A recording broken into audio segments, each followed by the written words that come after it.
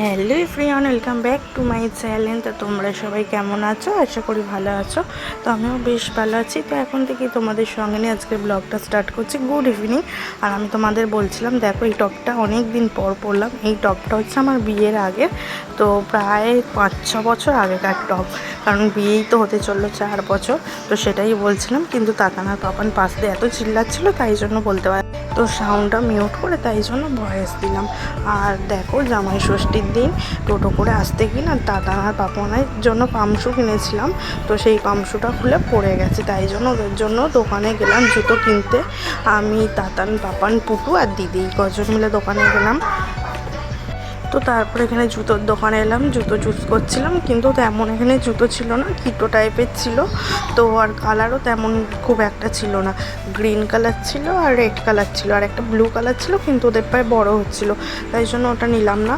তো এই গ্রিনটা রেডটাই হলো, তো আপাতত কি করব, তাই জন্য এই দুটোই নিয়ে নিলাম। পছন্দ তেমন একটা হচ্ছিল না, তো বাড়ির সামনে এই দোকানটাই ছিল, না তো আবার কিনতে গেলে সেই জ্যোতি যেতে হতো আমাদের, তাই জন্য বাড়ির সামনে থেকে এই জুতো দুটোই নিয়ে নিলাম। তো দেখো, কিনতে গেলাম তাতানার পাপানের জুতো, তো আমাদের 5 জনেরই জুতো হয়ে গেল। তো আমাদের সবাইকার পছন্দ হলো একটা করে, আমরা নিলাম, আমি একটা নিলাম, দিদি একটা নিল, পুটু একটা নিল। তো চলো আমাদেরগুলো বাড়ি গিয়ে দেখাবো। তাতানার পাপানের পামশু কিনে দিয়েছিলাম 2-3 বার, তো খালি পা থেকে না খুলে পড়ে যায়। টোটো করে দুর্গা পুজোর সময় একবার এসেছিলাম, তখন পাপানের পা থেকে খুলে পড়ে গেছিলো। আবার সরস্বতী পুজোর সময় একবার পা থেকে খুলে পড়ে গেছিলো, আবার এবারেও হলো। তাই জন্য এবারে কিটো টাইপের বাঁধা জুতো কিনে দিলাম, যাতে না পা থেকে খুলে পড়ে। রাফ ইউজ করুক এগুলো, তারপরে আবার কিছুদিন পর ভালো কিনে দেবো। তো তারপরে দেখো, এখানে সামনেই পার্ক ছিল, ওই পার্কটা এলাম, বাচ্চাদের পার্ক। তো এখানে দেখো তাতানার পাপান কি সুন্দর দোলনা খাচ্ছিল। তাতান তো ভয় পাচ্ছিল খুবই, আর পাপান দেখো চুপ করে ধরে বসে রয়েছে কি সুন্দর পুটুর সঙ্গে। আর তাতান এত পরিমাণে ভয় পাচ্ছিল যে তোমরা ওর মুখ দেখলেই বুঝতে পারবে। আর দেখো, পাপান পুরো দিব্যি বসে গোল গোল করে ঘুরছে। আর দেখো তাতানকে, দেখো তাতানের অবস্থা কি। তাই জন্য ওকে কোলে নিয়ে বসে আমিও দোলনা খাচ্ছিলাম, ও একা ভয় পাচ্ছিল বলে। এই পার্কটায় অনেক দিন পর এলাম, আর এসেই একটা কথা মনে পড়ে গেল, তো চলো তোমাদের সঙ্গে শেয়ার করি। এই পার্কটা যখন তৈরি হচ্ছিলো, তখন রাহুল আর আমি এই দিক দিয়ে ঘুরতাম, তো এই পার্কে বসে মাঝে মাঝে গল্প করতাম, এই আর কি। তোদেরকে দোল্লা ফোল্লা খাইয়ে দিয়ে তারপরে মা কিছু বাজার করতে দিয়েছিলো, সেই বাজারগুলো করে নিয়ে বাড়ি চলে যাবো। তো এই যে দেখাচ্ছিলাম তোমাদেরকে, এই জুতোগুলো কিনেছি, তোমাদের চলো বাড়ি গিয়ে দেখাচ্ছি। তো এদিকে দেখো, বাড়িতে এসে তাতানার পাপান এদিক আর ওদিক করতে শুরু করে দিয়েছে নতুন জুতো পরে। আর দুপুরবেলা কয়েকটা ফল কাটা হয়েছিল, তরমুজ, আম, লিচু এগুলো ছিল। তো আমি ঘুমিয়ে পড়েছিলাম খাওয়া দাওয়া করে, তাই খাওয়া হয়নি। তো এখন সেগুলো এসে খেয়ে নিলাম। আর এদিকে দেখো, পাপান খাট থেকে নামতে শিখে গেছে। তো আমাদের এই বাড়ি খাটটা একটু নিচুতে, তাই জন্য নামতে শিখে গেছে, ও বাড়ি হলে পারতো না। তো দেখো, তারপরে ভিডিওটার কন্টিনিউ করা হয়নি, এটা হচ্ছে পরের দিন সকালকার ভিডিও। তো দেখো, চান টান করে চলে এসেছি তোমাদের জুতোগুলো দেখাতে, কালকে রাতে দেখাতে পারিনি, তাই জন্য। তো এই জুতোটা কিনেছে দিদি। আমি কাল রাতে যেই জুতোটা পরে দেখছিলাম রাফ ইউজ করার জন্য, সেটাই আমি নিয়ে নিচ্ছি। আর এই যে তাতানার পাপানের এই দুটো কেনা হয়েছে। আর পুটুরটা আর দেখালাম না, কারণ পুটু পরে নিয়েছে, পুটুরটা বাইরে রাখা। তো তারপরে মা আমাদের এদিকে খেতে দিয়েছে ভাত, আমদি টক ডাল, তারপরে হচ্ছে আমের টক, মাছের ঝাল, আর কচু আলুর তরকারি, চিংড়ি মাছ দিয়ে, আর চিকেন আর লেবু খেতে দিয়ে দিচ্ছে। তো খেতে বসে গেছি।